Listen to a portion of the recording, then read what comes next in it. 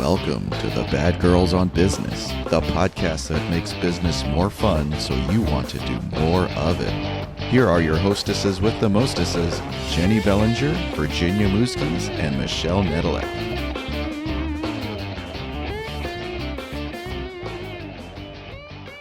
Hey everybody, welcome back to an amazing episode of Bad Girls on Business, where you're going to get a whole lot of business savvy with just a little bit of sass. I'm Virginia Muskies, the referral diva, your host, and I am joined today by my co-hosts.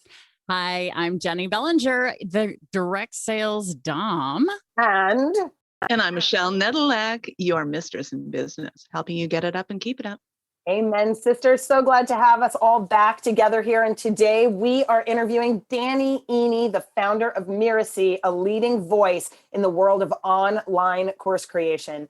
Danny has been featured in the Harvard Business Review and Entrepreneur and contributes regularly to publications including Inc., Forbes, and Business Insider. He has spoken at institutions like Yale University and organizations like Google, and his work on strategy training won special recognition from Fast Company as a world-changing idea. Danny is also the author of multiple best-selling books and about online education and business, including Leveraged Learning, Teach Your Gift, and most recently, Effortless. And I have to tell you guys that all that's awesome, right? But the one thing that Danny's bio doesn't tell you is what an amazing quality human he is. So he is an amazing business owner, but I guarantee you that that business follows him because of his high standards for himself and his team and for his clients and the integrity with which he does things.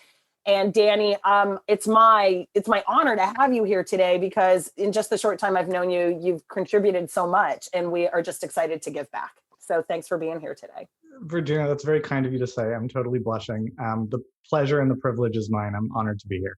Thank you so much. So first question is, how'd you get started doing what you do? Like, what's your story? You want the long version or the short version? It's your time, baby. Tell you what, I'll give you the quick run through. You tell me what you want to drill into. So I like to say I've been an entrepreneur for longer than my adult life. I quit school when I was 15 to start my first business, bounced around, did a whole bunch of different things. And around my mid-20s was my first attempt at a big startup type company. So, we raised money, friends, family, investors, grants, etc.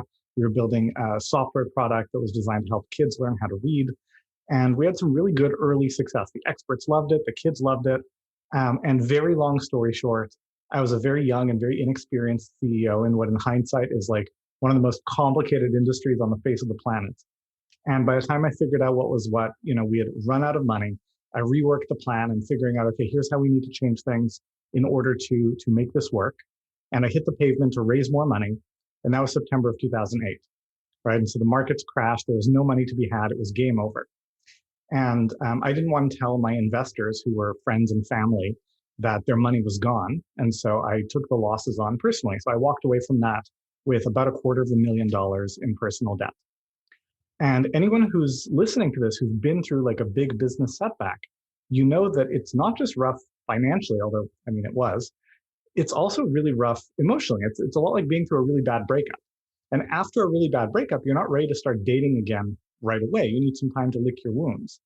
And so, I definitely needed to pay rent. That was a priority. But I was like, well, what can I do that doesn't involve raising money and building a giant team? And I thought, well, what if I start a blog? What if I start teaching things that I'd learned myself? So I can do this like on the side, part-time. This was like the casual, no strings kind of business. And long story short, sometimes the rebound is the one. Here I am more than a decade later. I have a team of 40 people. We serve thousands upon thousands of entrepreneurs every year. We reach an audience of hundreds of thousands of people. And I've never had so much fun. So the way that positioned and turned into online courses is that, I had this blog and I'm struggling to get the word out about it. And I try lots of things and I stumble onto a strategy that seems to be working. And, I have a work ethic. So, what I lack in good ideas, I make up for it in just, working extra hard. So this thing is working. I'm doing more and more of it and people start to notice. And so I start getting emails from people saying, Danny, can you teach me how to do this thing that you're doing? And of course, not always being the guy who picks up on all the cues as quickly as I might, my answer was, no, that's not what I do. But thankfully, those emails kept coming in. And eventually I thought, you know what? People seem to really want this. Even if this isn't my core business, it would be nice to make some money. It would be really nice to be able to do that. So I put a little course together. I thought nobody would buy it. So I just had like a high level outline. I said, guys, you can sign up. If you like it, I'll build it. But if not, no worries, no stress. That course did phenomenally well. We had about 1,000 people sign up in the first year. And pretty soon, within a few months, my students were starting to get all these great results. And they came back to me and they're asking me questions. And there are lots of variations on the questions, but like between the lines, everyone was basically saying, hey, now that I know how to do this thing, does that mean I know everything I need to know to build my business?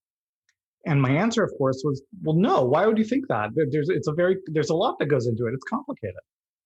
But so many people were asking, I thought, well, maybe I'll create another course about building this kind of online business. And same thing, I was like, I don't know if anybody's going to want it, but I'm going to put it out there. If enough people sign up, I'll build it. That became my second blockbuster course. It was my first $1 million product, did really, really well. And people started coming back to me saying, Danny, I've taken a lot of online courses. I never do anything with them. When I try to, I never get results. When I take your courses, I do the work, I get results. Can you teach me how to build courses like yours?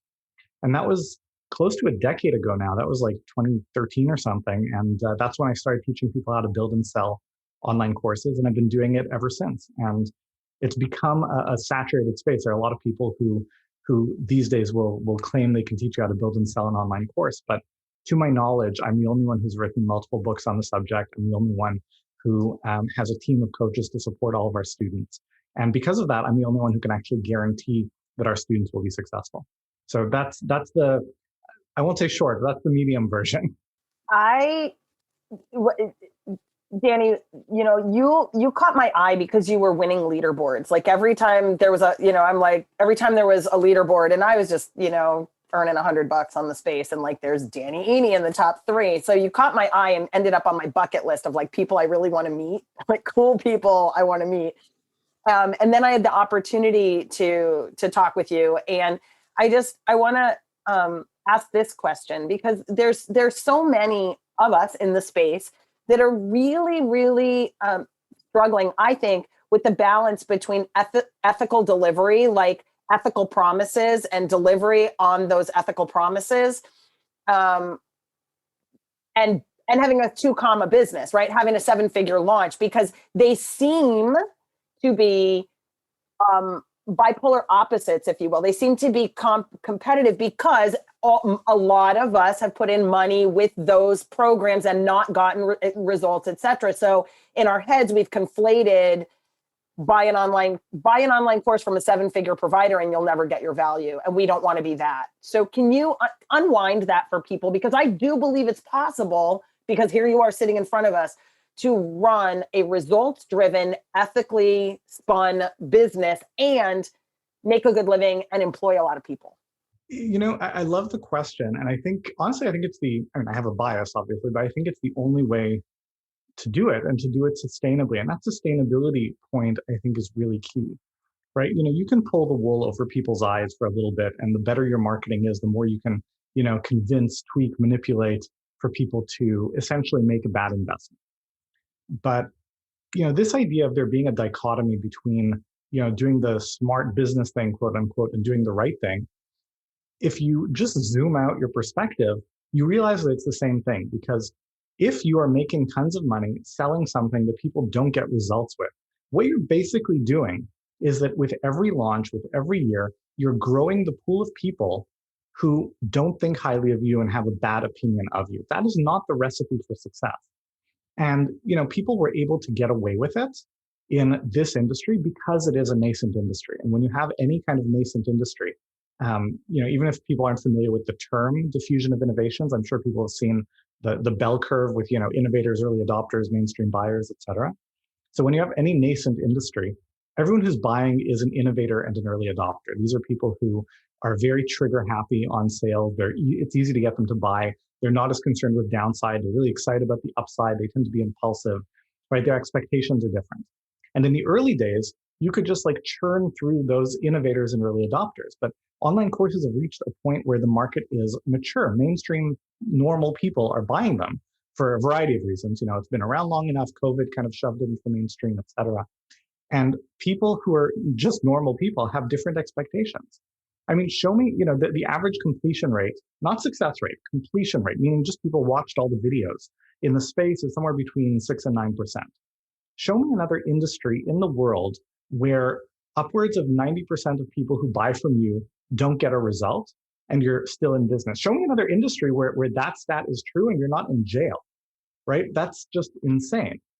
And so whenever you have a nascent burgeoning space, there are all these loopholes and it's the Wild West, but it's not like that anymore, right? And it's not a matter of like regulation. It's just a matter of what will people tolerate and how savvy are customers, and it doesn't fly anymore.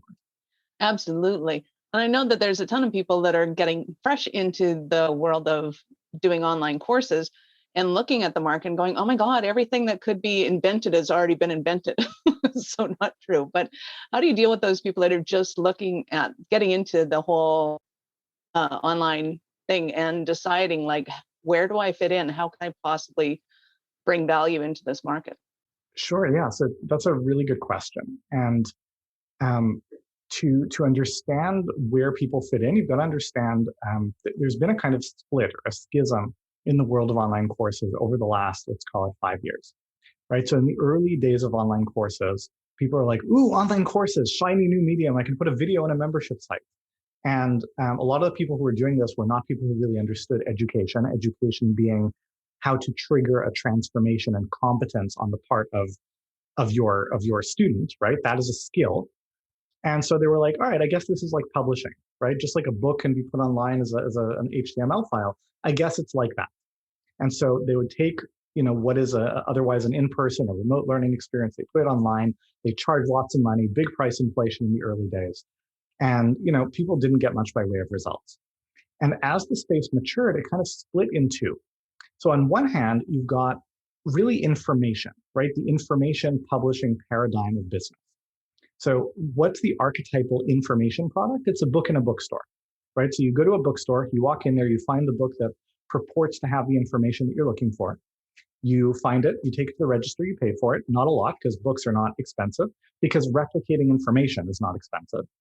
And once you've paid for the book, nobody owes you anything, right? Not the publisher, not the bookstore owner, not the author. You got what you paid for. What you do with it or don't do with it is up to you.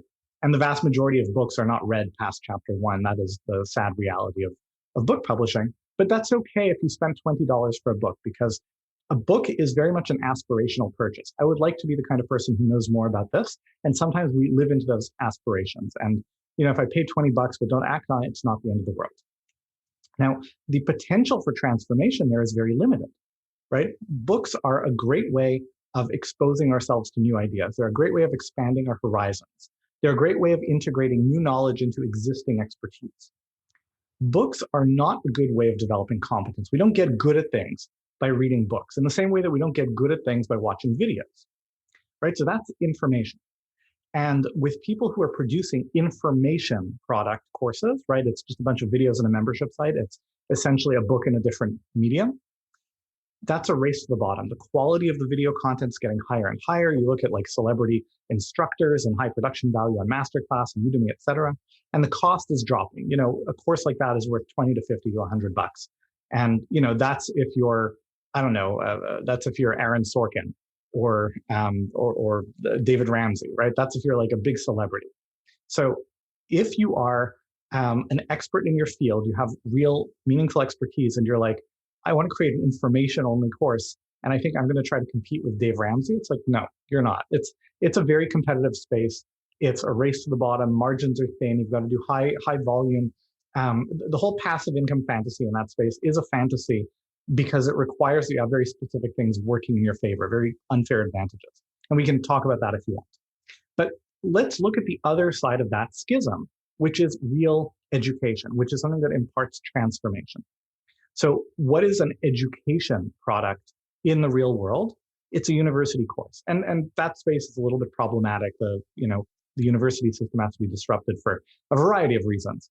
But in broad strokes, You register for a university course. You're paying a lot of money because it costs a lot to deliver that experience. There's the professor, there's the TAs, there's the grounds, there's the resources. There's a lot that goes into it. And you're not buying a diploma. You're buying the opportunity to earn one. And you still have a responsibility to show up and do the work, right? If you just blow off your classes and do nothing, you're going to fail and nobody's going to care. But if you show up, if you do the work, it is reasonable for you to expect that the instructor, the support team behind them, the institution will do their part to help you succeed. So the responsibility for your success in an educational context is really a partnership between the teacher and the student. And that is the sort of vehicle that actually does drive transformation. And that is where people are willing, because it's justified, to pay a premium. And so I mentioned Aaron Sorkin earlier. Aaron Sorkin's the guy who wrote The West Wing, A Few Good Men, and he's got a class on masterclass about screenwriting, right? So you take his class on screenwriting because you're interested in screenwriting. Whether you're an amateur, whether you're an aspiring professional, you're interested. You take the class and it's entertaining and it's interesting and maybe you learn a couple tricks, but you don't come out of it a better screenwriter. Like you're not a good screenwriter as a result of going through that course. But something interesting has happened because Aaron Sorkin and Masterclass have done the heavy lifting of leading aspiring screenwriters to now know that, hey, I can take an online course and get good at this. And they say, okay, now I'm ready to get serious, right? I want to go deep on this and really develop some skills. Who's going to teach me, right? Not Aaron Sorkin. Aaron Sorkin's busy with his own projects.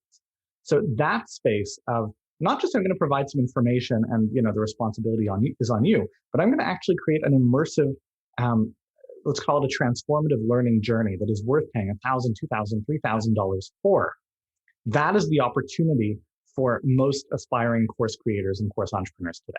So I love that I have an educational background, as does, I know, Virginia as well. Michelle, I'm not sure. Former teacher? Yes, no? No, she's not a former teacher. Okay. Virginia and I are both former teachers. And so I love that you pointed out the difference between information and education, because I can definitely see, now that you've pointed it out so brilliantly, that there is a huge difference between these informational online courses and educational, and what the results are going to be and how we're going to treat them as online course creators. So do you see then, are people trending more towards the educational piece now? Because that seems to be the way that I see people in the industry are going, but maybe that's just who I'm surrounded with. I don't know. Where do you see those starting to take off now?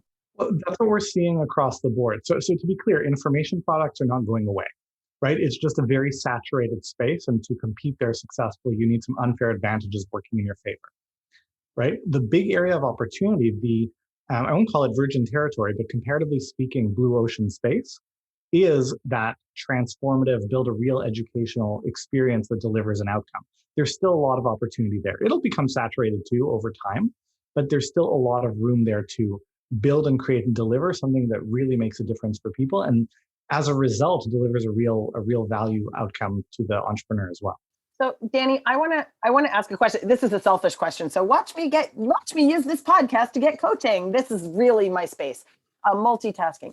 So, one of the things that I've noticed, and I love this idea of information versus education. Are you informing or are you educating? Information, cheap; education, expensive, right? Like that made so much sense to me, and now I get it. The challenge I'm personally having in the space is that people are freaking confused, Danny. They think my education should be $97. And I'm thinking, are you kidding me? It's like I commit harikari for every student that walks into this room, and I deliver massive value and massive transformation, right? And they're like, wait, that was great. But I don't want to deliver that for $97. That's my $2,000. It always was $2,000. And somehow in my head, I got convoluted and conflated with all these 3-day events that people are doing, like the $1 3-day event and which are sort of the pitch fest events, but I don't do that. How do you position yourself, because you're different? How do you position yourself kind of against that backdrop, which is the proliferation, like it's the loud backdrop? There's a lot of noise over there. Yeah, well, I'll tell you what, that's marketing positioning, which fundamentally comes down to two things, right? One, what are people expecting? And if you don't tell them what to expect, then they will make guesses based on, the best things that they've seen in the industry as what they think is typical. And so first is what are they expecting? And second is what are they comparing it to? Right. So you have to, you can hope for the best. You can just be like, I'm putting this out into the world and I hope they'll draw the right conclusions. Or you can say, look, this is what they should expect. And this is what they should compare it to. I love us versus them is a powerful narrative, right? The industry is not playing up to the standards that it should be right now is a strong message, especially for an audience or a market that is not thrilled with what they've seen in the industry. And so as long as that dynamic continues to be true, positioning legitimately against what is going on in the industry, saying, this is different and here's why, I think is very, very powerful. So once upon a time, so I used to, when Jenny said you do education, I was not a university educated teacher. I did adult education and here's how you live life. kind of. And then all of a sudden something happened and everybody went, oh, I want to get online. But that personal development transformation didn't translate online at all. Nobody was buying it, I guess, because they were buying informational products at that time. And now there's been a swing going, well, pre-COVID, there was a swing going back to, no, we want live, we want that transformation. Now with COVID, how do you get that really transformational experience in an online setting? Or can you? So I love that question. And yes, you absolutely can. But you have to think differently about it. So here's the thing. An in-person learning experience is not optimal by any stretch of the imagination, but it has some things going for it, right? There is a value to being right there in the room. There's a value to that, interactive experience. There's a value to seeing their body language and them seeing you, seeing them. There is value to all that. There's also a lot that is really suboptimal about it, right? There's the accessibility issue. There's the fact that logistics force, so here's a great example. Why is every class 45 or 60 or 90 minutes long, right? It has nothing to do with the optimal length of a lesson or way to deliver content. It just has to do with the fact that if you're doing learning in person synchronously, meaning all the students and the teacher have to synchronize their calendars to be in the same place at the same time, then you need it to be for a length of time that makes sense for them to get there, right? Whereas that's not how it has to work if it's online and semi-synchronous, right? Some things can be done with all of us together in the room, some of us, room being virtual, or some of it can be done, I'm going to give you this content, you watch it at your own pace, you have the flipped classroom opportunities, there's a lot of things that you can do. Now, the thing is though, that the learning experiences that we've developed for an in-person environment, flawed as that environment is, they're optimized for that environment, right? We built the learning experience to play to the strength of the context. So if you take your lesson plan, essentially, if you take what you were going to deliver in person and you try to take that online, what you get is a poor man's version of something that probably wasn't great to begin with. So what you need to do is rebuild what you're trying to do with the idea of online first. And the way you do that is by adding an extra step. You don't just think, well, what was I doing in person? How can I do that online? You want to ask yourself, what was I trying to accomplish by doing that? And then online, what is a way to accomplish that? I'll give you a real life example.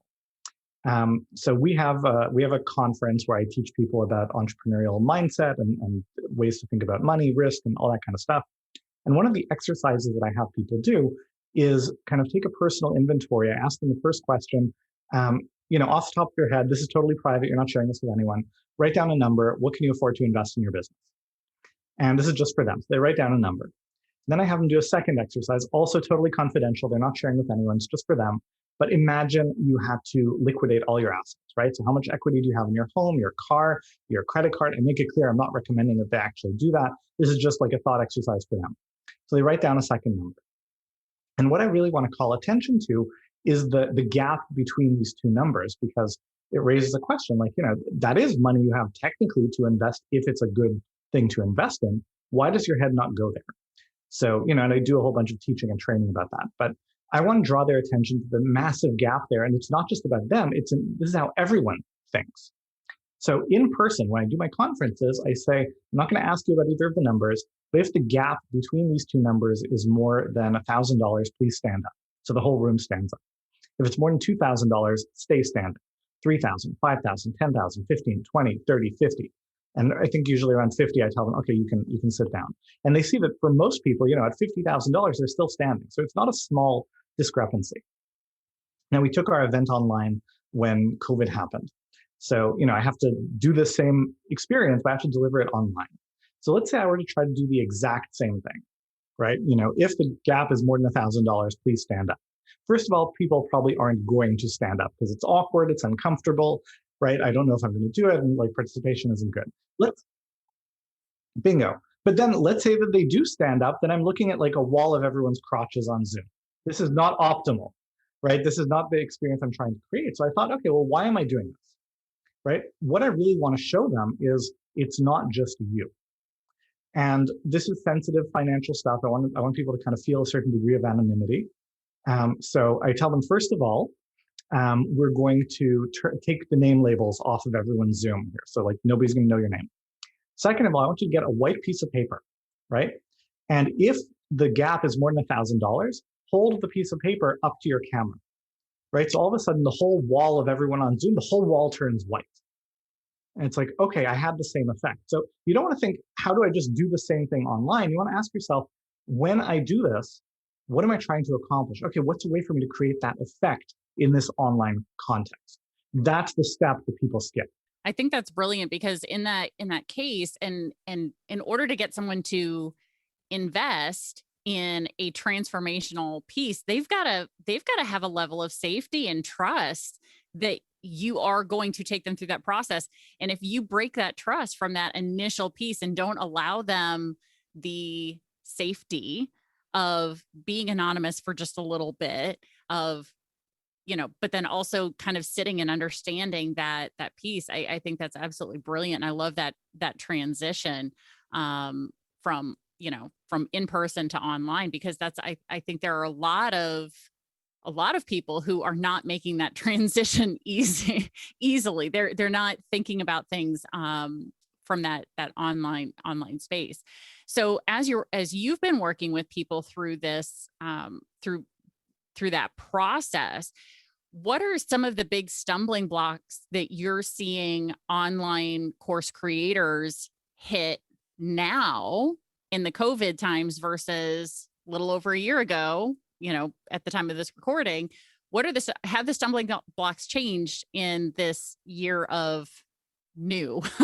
Well, honestly, it's gotten easier, right? I can't think of a particular stumbling block that has come up that didn't exist before COVID, but a lot of stumbling blocks have been taken away, right? People's expectations of, oh yeah, I can learn something online.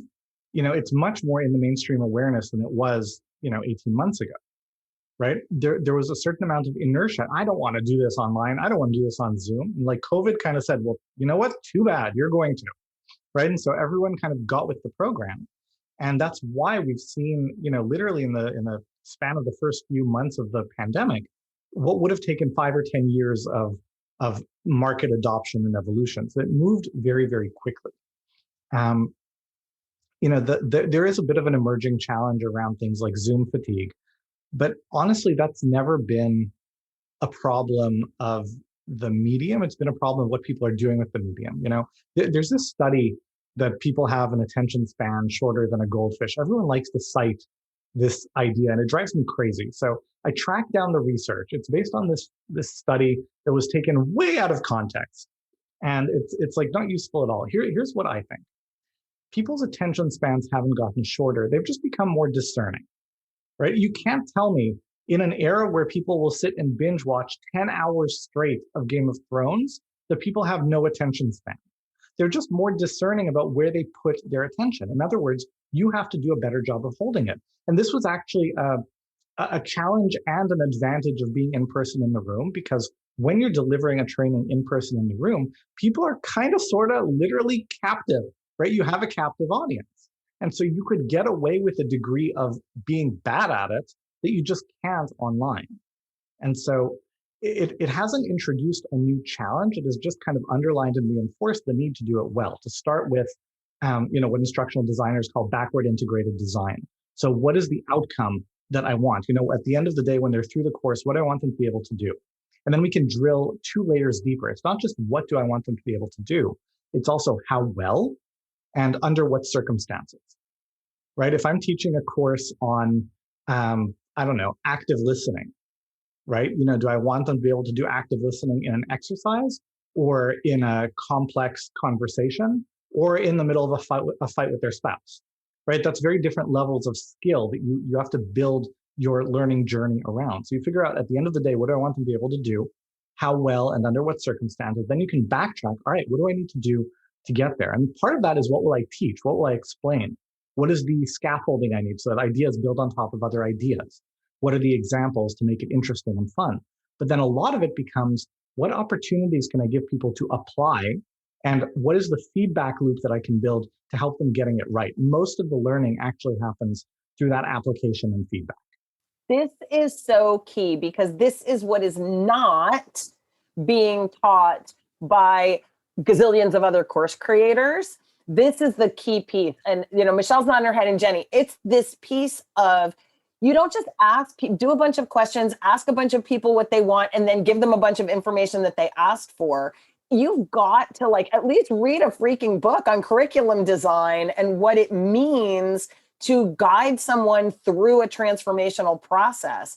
And my guess is that your course is really different because that is showcased. You come at it with an instructional design mindset rather than I'm gonna talk about what I know. Well, you're absolutely right. We bring that to the table, but we also bring a very entrepreneurial, lean startup, minimum viable version approach. So my goal is not for people who sign up and go through my program to become expert instructional designers. My goal is to give them the minimum viable, here's what you need to know to be able to apply to create good courses without being a good instructional designer. I mean, this is what we apply when we teach them how to build a curriculum too, right? It's not about what's the most I can cram into my course. It's what's the least that you can put in a course that still gets people the outcome, right? That's the hallmark of a great course, right? It's the old, would you rather a dentist that drills your teeth in 30 seconds or in 3 hours, right? You want to get to the result as quickly as possible. Nice. Can you give us an example of somebody that was struggling before they met you, and then kind of their Cinderella story of what happened afterwards? Sure. Yeah, I've got a great example. It's top of mind that my first question is who can I share without violating privacy? But she's shared this story in a video that we use, so I know that she's okay with it. Her name is Molly Mahoney. You may be comfortable and familiar with her because she's become very well known in the space. Her very first course that she tried to build before she came to us was not successful. She was not able to get off the ground. She couldn't get people signed up. She went through our program. This was years ago, changed the focus based on the research that we taught her how to do, built her first pilot course, enrolled people. That led to another course, enrolled more people. That scaled up. She's running a 7-figure business today. She's actually become a good friend and a collaborator. And Molly's wonderful, right? I don't want to pretend for a second that I get the lion's share of the credit for her success. She gets the lion's share. I get a little bit of credit for accelerating her path just a little bit, right? But that's a great example. You can be, the reality is that you can be amazing at what you do. You can be incredibly skilled. You can have the best interest of your students in mind. And you can be incredibly motivated. That doesn't mean you're going to be successful. Motivation is this very misunderstood concept. People imagine, I just need to be more motivated. I need to motivate myself to work harder. But motivation allows you to do to the best of your ability what you are already capable of doing. To do something that you are not yet capable of doing, you need guidance, you need instruction, you need someone to show you, okay, these are the steps, these are the pitfalls. Let me hold your hand, let me guide you, let me create this support system to help you move forward.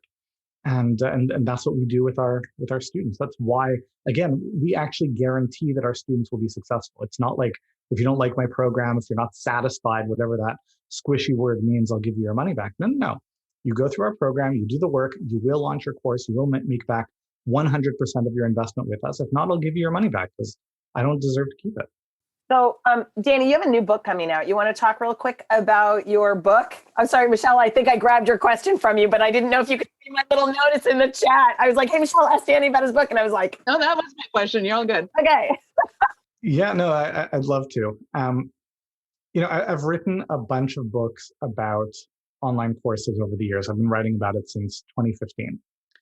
And not to toot my own horn, but if you look at the Amazon reviews, I've got close to 1,000 5-star reviews on these books. So people seem to think they are good. And yet there's this big disconnect between someone reading the book, thinking it's great, and being like, okay, I can go ahead and do it. And it's that same disconnect of, it's very different to hear someone tell you about their ski experience versus being at the top of the hill, looking down, about to start, and it's like, it's scary, right? There is something to that lived experience. And I wanted to create a book that helped people actually feel what it's like.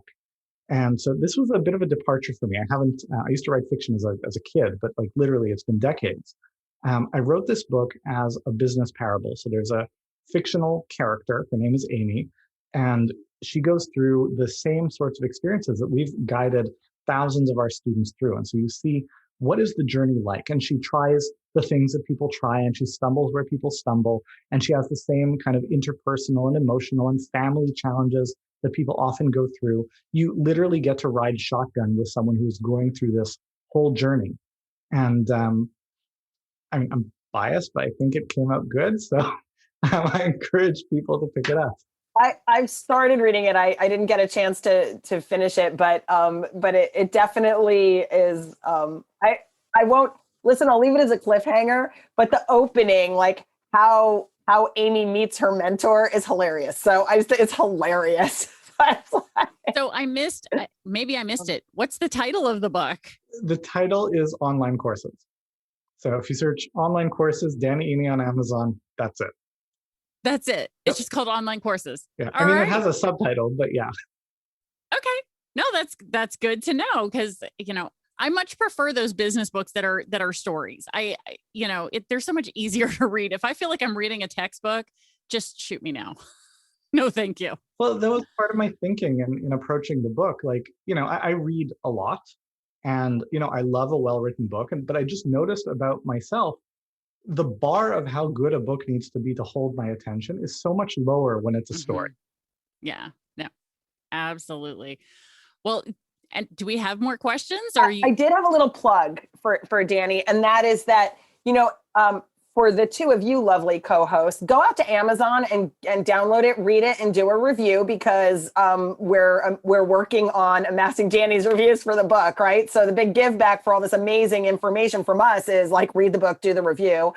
And it's an easy read because it's a story, so it's fun. So that's great. And if you're listening and you think, wow, that Danny Iny, that was really great, go out and make the minimum start investment in this book, read it, and make a decision. Is that a journey that I want to go on? Because here's what I know. And I can't say this about everybody, right? I really cannot, but I can say it about Danny, because his generosity to me feels like it knows no bounds. He is a humble servant leader whose highest value is integrity. Like, that is what he stands for. And it's not lip service, because he does it first. And then you're like, oh, this guy is all about character and integrity. This is really amazing. Does what he says he's going to do, hold you accountable to do what you said you were going to do. And I'm a raving fan. You're my new crush. Well, here I am blushing again. Thank you. That means a lot to me. Thank you. Well, awesome. Well, I want to take this opportunity just again. I think what we're going to do really quickly are takeaways. So you probably saw me, listeners. Sorry, you guys can't see me right now, but I was furiously taking notes during this.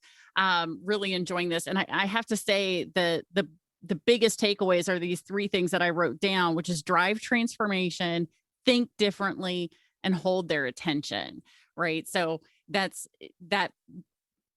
All of those are facepalm, like duh kind of things when it comes to this space. But, it's so good to hear it all together in one place. So Virginia, your big takeaway from this conversation.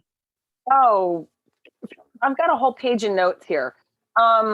I think the biggest one for me was something that I intuitively knew, which is what this difference between information and instruction, or information and education. And what really helped me was understanding in terms of positioning. I've had a difficult time doing the industry isn't living up to what you want it to be, but because I didn't have a way to say, and the reason is this. And now I feel really strongly that, like, yeah, that's why my stuff is so different. When you work with me, you do the stuff and it makes a difference. It's not just I spewed a bunch of stuff at you and then you went, "Ooh, that was informational." Like it, and understanding that. And I think transformation has become an overly used word as well. So I like this notion of education that makes a difference is really, it's different, because transformation is like, It hits differently these days. Yeah. it's lost its juice, really, I think. So that's my takeaway. Ms. Michelle? Totally concur. As a course producer, I love the idea of just in my head being able to see, I'm going to start with the end result in mind, and I'm going to create this scaffolding that's going to help them to go, okay, have they actually caught on to this first concept? Now do they actually catch on to the second? And how do you test and serve that? And I love the visual on it, and I love the idea. So it's awesome to be able to implement. And I know that that's the way you talk all the time. And I know your ideas are like a mile a minute, and it's like, oh my God, I got to catch all this stuff. So I'm loving the implementation. It's awesome. Thank you. All right. So Danny, before Jenny takes us out, okay, we're going to do our naughty questions with you. Okay. So Let's do it. it's just a choice, A or B, right? All right. When it comes to marketing, domination or seduction? Oh, definitely B. Seduction it is. Okay. You're in a big room, you're networking. Exhibitionist or voyeur? Voyeur, unfortunately. No, it's not an unfortunate thing. I'll introduce you to Matthew Pollard. He's going to change your mind. So, Awesome. all right. Leadership, gentleman dom or power sub? I'm going to say A, but I'm going to say A. All right. Awesome. When you think about team, married, that would be employees, or mistress, 1099s, married or mistress? Married. Okay. And when it comes to entrepreneurship, monogamy or polyamory, like one business or many? I think that's a complicated one. I think Polyamory, it is. no, I don't. I don't think so. I think I'd say more serial monogamy. Got it. All right. So there you guys have how Danny, as it relates to Bad Girls on Business, are naughty questions. And I'm going to say thank you and let Jenny take us out.